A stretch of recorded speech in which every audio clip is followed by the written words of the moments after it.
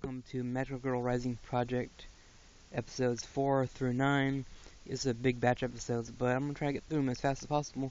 But yeah, I guess I've just been busy with real life and the holidays coming up and just stuff that's been going on in my life right now.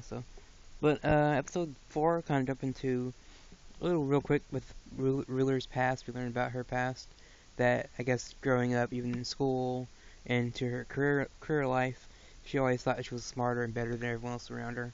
She looked down on everybody as being dumber than her. And when she gained the power to basically rule over anybody that she points her staff to, mind control them, she, liked that power because it was finally her chance to prove that she was the best. But, yeah, so I guess when we left off at episode 3, her group was going to attack Snow White and the Sword Girl, but they didn't really get to do that. I guess the plan was to basically have Ruler stand in front of Snow White and control her while someone else transferred the candy from her device to everyone else. It was, kind of a sneaky idea. I mean, it worked. It actually did work. They were successful in their mission, and they just successfully distracted the Mahou Shoujo, whatever. They distracted her pretty well just to get to Snow White. And Swim used her powers, and I guess they just transferred the candy. And but the real surprise of the episode was after the whole thing, we discovered the truth, what happened. They do the final count, say, okay, who was the one going to be kicked out this week for not having enough candy, and they find out actually in the running it was Ruler for some reason, and Ruler is surprised by this because I guess we learn in the flashback. I don't think Ruler gets to know about this because obviously she lost, but we learned that Swim actually had a plan all along, that she had the other two kind of distract the other girl, but she gave the device to the dog girl, and she transferred all of Snow White's candy to everybody except Ruler, who I guess got double crossed by Swim, which I didn't, wouldn't think Swim would have that in her to be that way, but I guess she saw that Ruler was getting out of hand and had to do something about it. But we kind of learned a little bit later on that just Swim never hated Ruler. She actually admired her and thought of her as a princess and wanted to be like her. Even when you saw the episode, I think episode 2 or 3, I think, when we saw the Nemru, the sleep girl, we learned that the girl in that dream was actually Swim, and she was dreaming about becoming a princess, or a ruler, just like Ruler was. So that's where she got her idea. I guess those two kind of know each other, sort of, not really, but yeah. So I guess Swim, like I said, never hated. She had no ill will towards Ruler at all. She admired her and liked how she ruled and all that. But I guess, still, even saying that makes me wonder why did she go through this plan. But again, maybe Ruler was just getting too full of herself, and the other girls were complaining about her all the time, so they got rid of her. But yeah, so I don't know. Swim just never struck me as that. But just seeing how they went down with the plan and how they gave all the candy to everybody, but Ruler, was pretty funny. I didn't think that was going to happen. It kind of caught me off guard. Again, with Swim being so loyal to Ruler and all that, it just seemed weird that she would double cross her. But it worked. It was pretty surprising, like I said. Episode 5 kind of starts with Sister Nana trying to build a team because she learned of the what happened with the Ruler and was kind of like, doesn't like the girls playing dirty like that. So she wants to set up a team of girls so they don't fight each other and don't have to go down this dark path of betraying, all this stuff like that. So, and we learned that Sister Nana in Winter Prison was always with her. Even in real life, they live together and are a couple. So it was nice seeing that, and we do learn a little bit more about them later on. But I just had it here because I wrote it down anyway. That they met each other in college. Really nothing spectacular about their backstory in the real world. But yeah, so I guess they did that and became magical girls together, which is kind of really, I guess, rare. It's kind of weird how that worked out, but it worked out for them. And we learned Sister Nana was the one that trained Magical Roid 44 at the beginning. That was her trainer, her teacher, whatever. And that was funny with their interaction.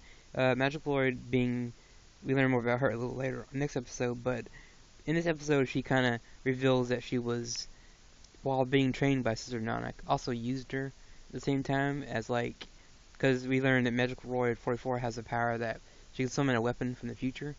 It can do anything you want, but by the end of the day, that weapon breaks down at the end of the day. So she was actually selling these future weapons to Sister Nana for real cash in the real world, and she was giving her money. And by the end of the day, the device would break, and Magic Roid would just be like, "Well, sorry, I don't know what to tell you." So basically, she was being sneaky. So she was getting money in as a magical girl, and we learned a bit later in the real world too for doing other things. But yeah, so it was funny just seeing that how that was a bit of a comedy, I guess. Sister Nana being this gullible character that anyone could take advantage of, and they kind of showed you that Magical Roid 44 took advantage of it. Even after Winter Prison came, and you know, she still used her to get information, which they used to find Cranberry, who's the magical girl that's been kind of mysterious throughout this whole entire series. I think she's probably the most mysterious one out of the group. But they kind of meet each other, but Cranberry doesn't want to talk. Instead, she wants to fight, and she tries to fight Winter Prison. And we learn Winter Prison has the power to create walls of stone, or just walls in general. So she can box you into something, which we'll see a little later. But yeah, I guess that's her ability. And Nana has the ability to basically give you a buff, powered up, whatever, if she wishes for you or prays for you. Being the nun, I guess it kind of makes sense. So she can't really fight at all. And then we learned at the very end of the episode, we learned the 16th Magical Girl's true identity. Well, not true identity, but we learned who she is. A girl named Hardcore Alice, which is, they kind of highlight it in a couple episodes a little bit later that when Snow White asks Fav, who is she? He's just like, it's Alice in Wonderland, but a dark version. Which I'm like, we kind of figured that out already. The name Hardcore, I mean, come on, kind of obvious. But yeah, she was the 16th girl added to the game before they had to go through this whole process of eliminating some of the girls. So, and Winter Prison is not too happy with her. I mean, and when you first see her, she's kind of creepy looking. She's like this doll-looking character who has bags in her eyes, and she's wearing like this gothic, bleeded clothes, and she's a very weird character. Yeah, Winter Prison doesn't really think she's that great, but Nana is drawn to her and wants to add her to the team. So, yep. Episode 6, we learn Magical Roid's 44 backstory. It's either, I'm confused on it somewhat, I'm not too sure. Either she ran away from home, or she's homeless, we don't know. But we see her hanging under a bridge, talking to some homeless guy who knows her, I guess they're friends, and he even says something like, "Will you marry me?" And she's like, "No." So I was like, that's a little weird. I mean, but yeah, they don't really explain what's going on with her. Like, did she run away? But I guess she ran away because he talks about her parents. What do your parents think? She's like, they don't say anything. But we also learned that she does odd jobs on the side, nothing too scandalous, I guess. Just like cleaning, and she works with a friend, and she stayed at her house, and she was basically playing her magical girl game, while she was at work or whatever she was doing for money. So basically, she was kind of like paying for her services, like power leveling. So she was basically power leveling her magical girl account. When obviously we know what happened there. She hit the thing, finally got the prize, and became a magical girl, which was strange for her, but she found a way to make money off it, like they said in the last episode. But yeah, but we also get the next part. I mean, episode 5 kind of ended, I forgot, with Snow White and whatever, kind of going the separate ways. So we had the next part with that was Cranberry. She kind of stuck up on Sword Girl, and they both fought, but she defeated her so easily. It was crazy how fast that was. I mean, I guess how one-sided it was. Cranberry didn't even break a sweat, taking her out. And Cranberry has the power to, I guess, manipulate sound waves. So I guess there's a point where Sword Girl was distracted by sirens. And I'm guessing that's what Cranberry did. Made her hear sirens and freaked her out. And distracted her enough and kind of got the killing blow. But to make things worse is she didn't really kill her in magical girl form. She waited till, I guess, she passed out. And then transformed back into the little boy version. And she took him and dropped him in the middle of the street where he got hit by a car. So she took him out fairly easily, but it made it look like an accident. According to her, it was Fav's idea to make it look like an accident. That way no one would figure out Cranberry was one to blame. So yeah, it's very weird what's going on with that. But yeah, Cranberry kind of played the sword girl easily, and won. So it tells you that she's just either is insanely strong or just good at tricking people. And after that, we learned about these new in-game items that have been added to the game. And each item has a number beside it, which I was like, what's the number for? Which they explain a little later on that each number on the items on this list, there's like 5 of them, are, I guess, like there's like 3, 5, 6, 10, and 25. Each of those are basically how many years you lose on your life if you buy this item. So it's kind of like, yeah, we learned that a little bit later on that Fab's just like, yeah, it's gotta be some kind of payment for that, right? And that's the payment.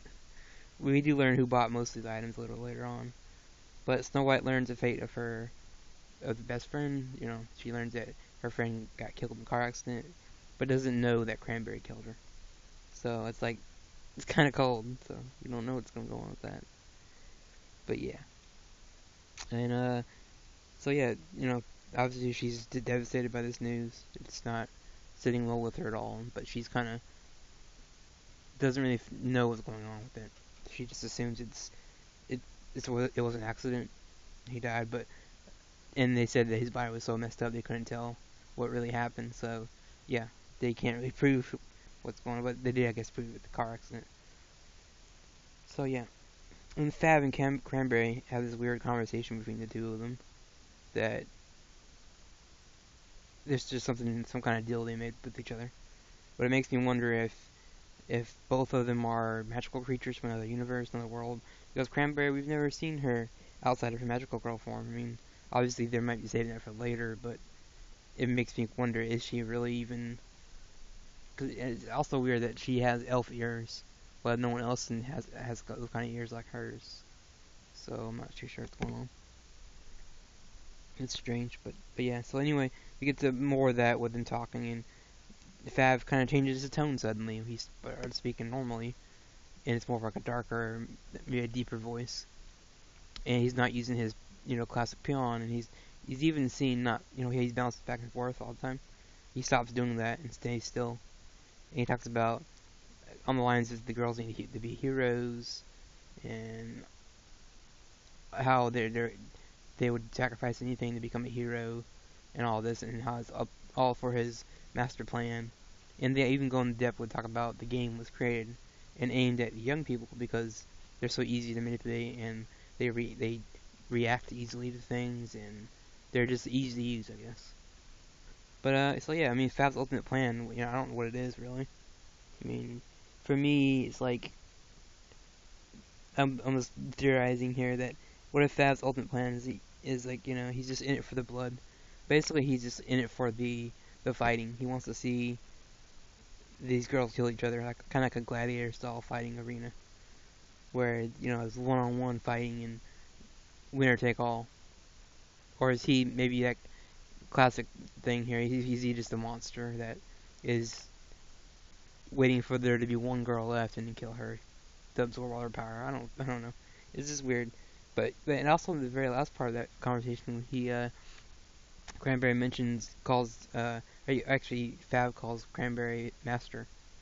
So I'm like, is Cranberry the head boss here, and Fab's just like the grunt worker? I'm like, I don't know. It's weird because he doesn't talk to anyone else like he talked to her. At least we haven't seen anywhere. And all those items we heard about earlier, they were bought by most of the people on Swim Team, so she got all of those. The dog girl has the cloak. Actually, no, Swim bought the cloak and gave it to the dog girl, and she got like a big spear. And the angels got this candy, which I guess boosts your energy, which we haven't seen what it does yet. But yeah, so they took most of the items. I think there's maybe 1 or 2 items we don't know who has them, but one of them we do reveal later on. I think yeah, Hardcore Alice. She actually had a rabbit's foot. So, and speaking of her, we have Magical Royd kind of, I guess, gets kind of pushed to go kill somebody by Calamity Mary. She's basically like, well, why don't you go do this if you're so, you want to experience killing somebody. And she's like, well, she doesn't really feel anything about that, and goes out and does it anyway. So she hunts down Snow White, but hardcore Alice gets in the way, and she kind of stabs her, cuts her head off. Basically, that's what she did. And so Alice is kind of dead. And then we have Magical 44 about to take the killing blow on Alice, or Snow White, but for some reason, hardcore Alice is able to kill her. It stabs her hand right through the robot's stomach and kills the robot, which I was really sad about because she was one of my favorite characters, just because the voice actor, the designs, robot, and magical girl and robot scenes I haven't seen before. But yeah, she was taken out pretty easily.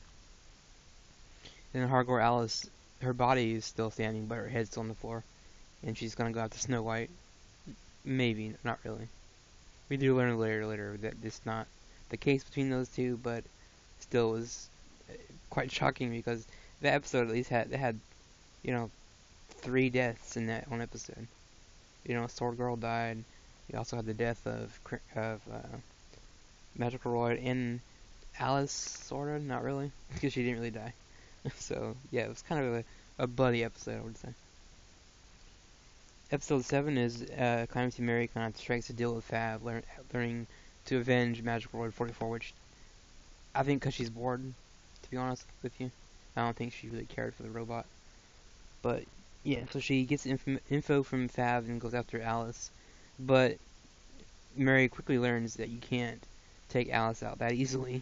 Even when you catch her, she caught her on fire, poured acid on her, cut and put her remains into a barrel, put some cement mix in it, and pushed it in the ocean.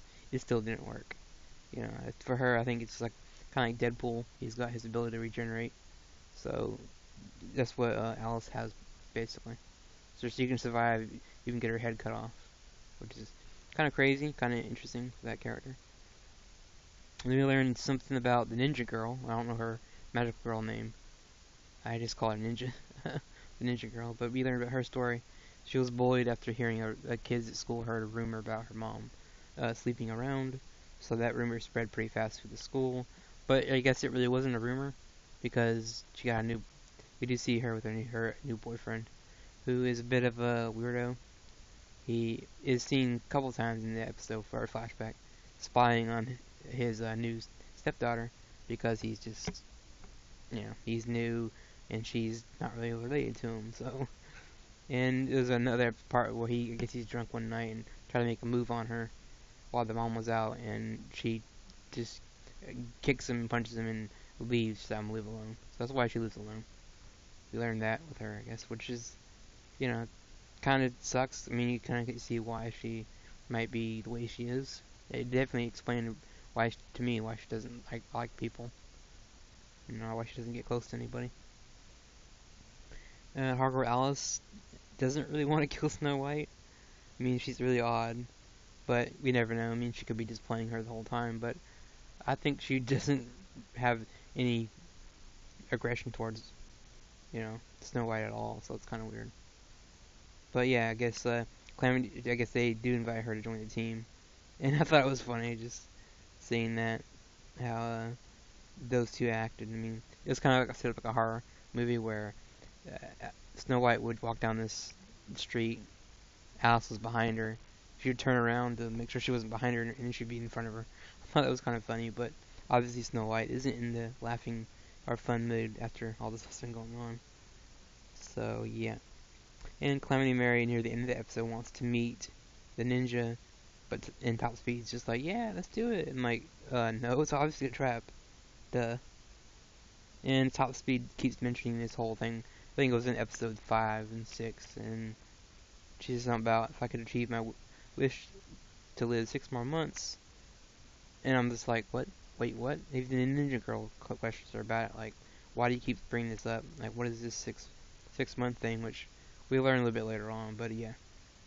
And Sister Nana and Winter Prison for some reason want to meet Swim's team, which I'm confused on. That obviously they should know that's a trap. But I guess those who don't know about what happened with El Ruler and all the other stuff they've been doing.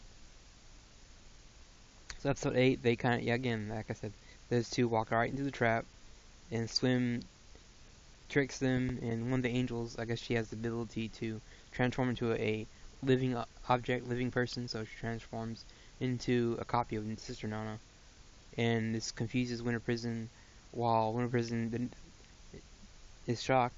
The angel that is copied, Sister Nana, stabs Winter Prison with a knife, which the knife was actually the other angel, because she can turn to inanimate objects.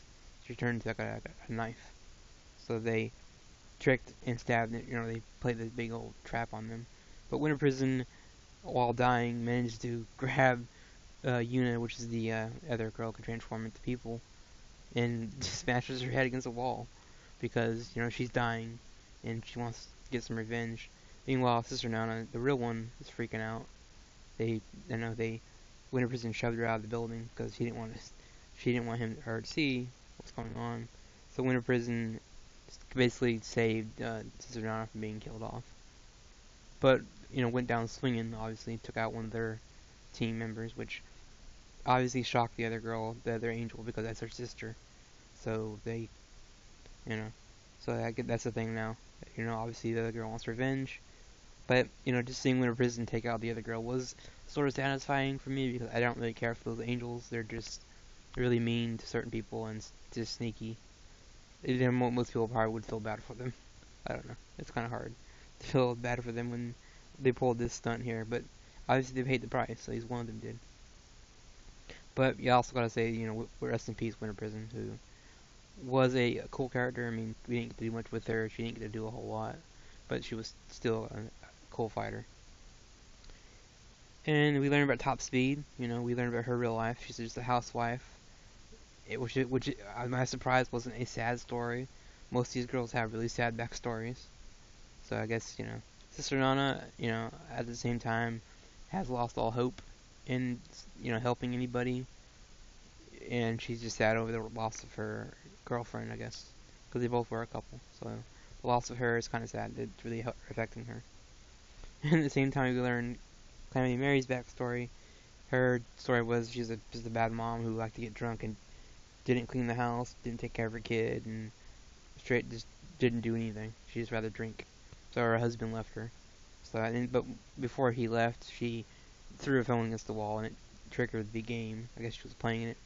I'm not sure why, but she was, and obviously got the chance to become Magic Girl. And Fab kind of convinced her after saying there are no standards on who can become a Magical Girl.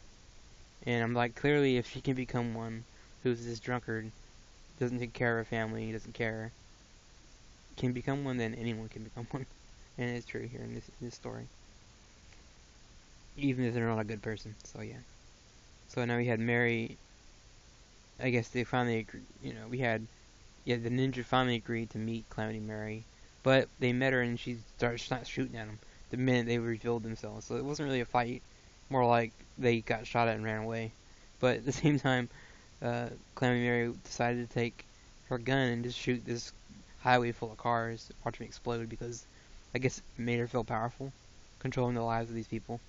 So, and I'm guessing Fav kind of gave her the free pass because she can be as violent as she wants.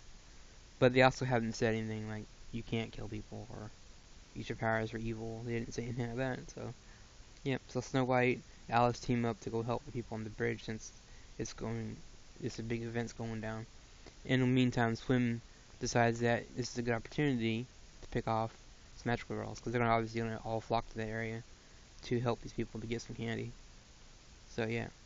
Episode 9 picks up with, Sister, or Calamity Mary fighting the ninja in Top Speed for round 2. The fight this time is for real.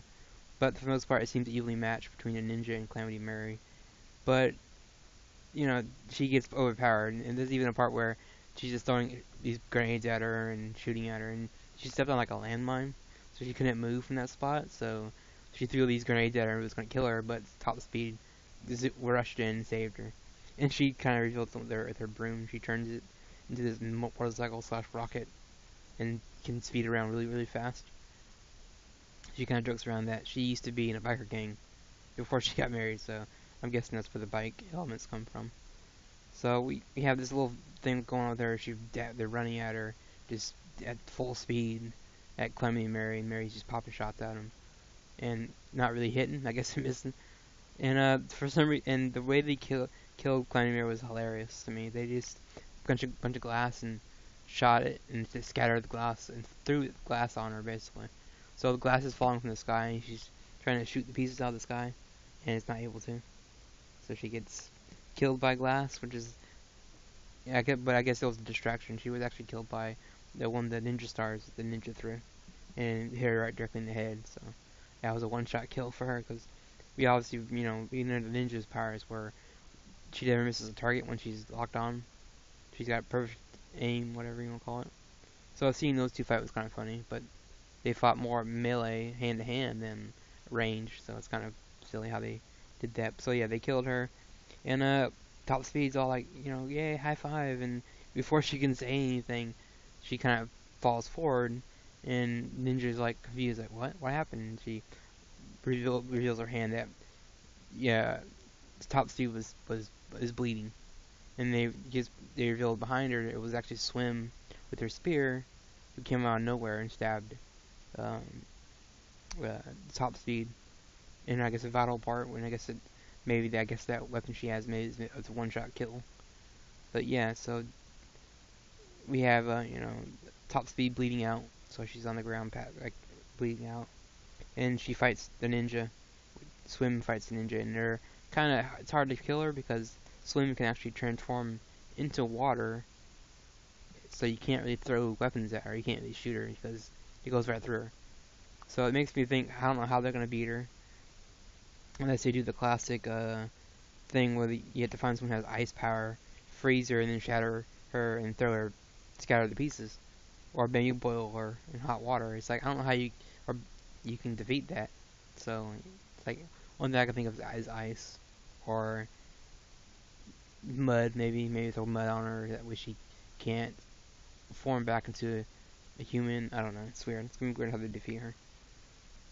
But yeah, so and Swim kind of knows she's being overpowered and just leaves.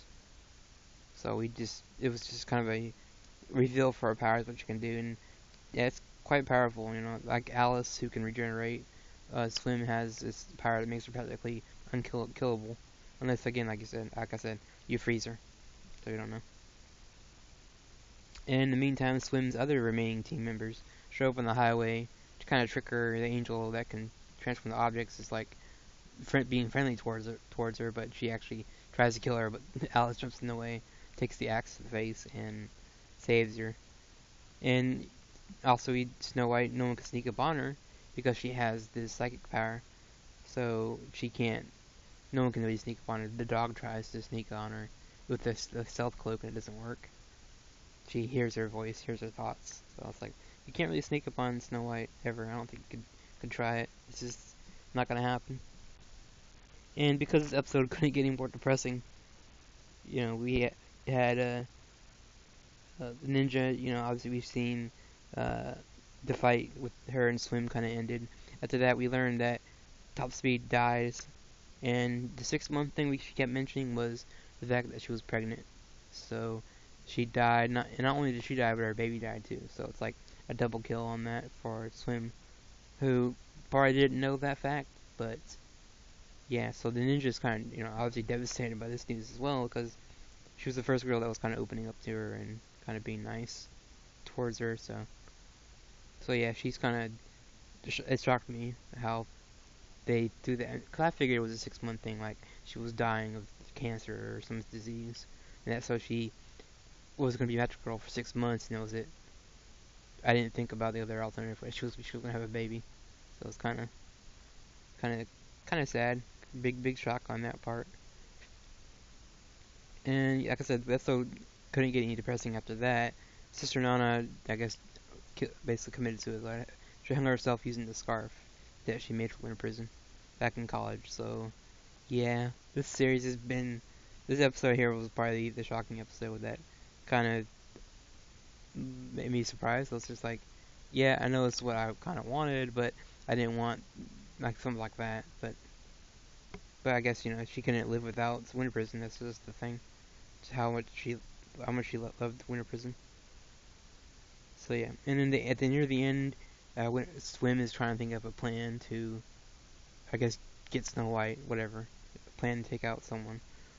So, and then the ninja, not ninja, but the other angel that's remaining sister kind of comes with an idea that she knows someone they can kill, and they kind of hinted towards that near the end where Alice was saving everybody on the bridge. That they hinted at her stuffed animal that she dropped on the ground. So I'm guessing the angel's obviously going to transform into that doll next time they fight, and stay with Alice till maybe she gets back to her house.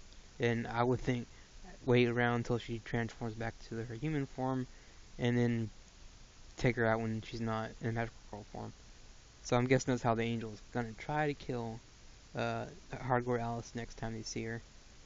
So if they do that, it'd be kind of sad because Snow White is gaining a new ally right now, basically a big meat shield that can take any damage and still defend Snow White. So at this point, and also Snow White has a lucky rabbit's foot, which obviously is a plot device to keep her from being killed till the very end of the series. So I'm guessing.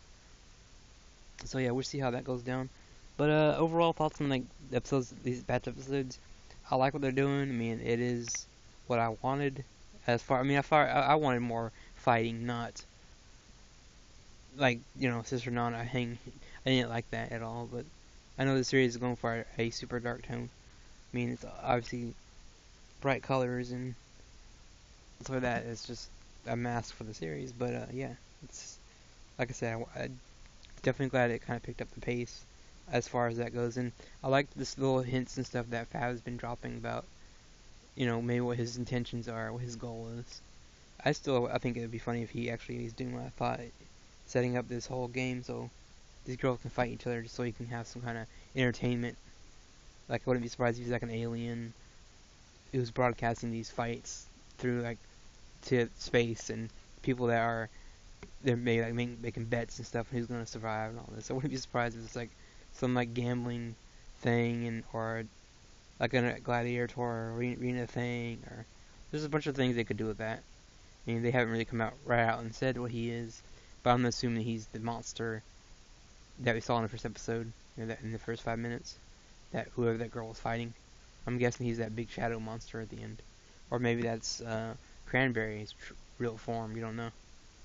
And Cranberry and obviously have this deal going on between them, but he's also made deals with other people too, like Calamity Mary, but she's gone, so it's like, yeah, I'm guessing either Cranberry's the final boss or Fav's the final boss. I'm hoping it's Cranberry because that'd be different. I mean, it's be too predictable, too easy if Fav was the final villain of the series, or maybe he's just a bystander who's just being used by someone else. I mean, like I said, he did call Cranberry Master.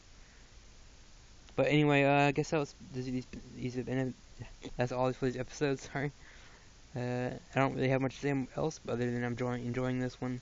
Between Flip Flappers and this series, I'm really having fun with both of these shows. But this one in particular is just different. I mean, most people go to compare it to other ones that are like this, but I think this one kind of stands on by itself. It's different than what I've seen with other shows that are in the same kind of genre.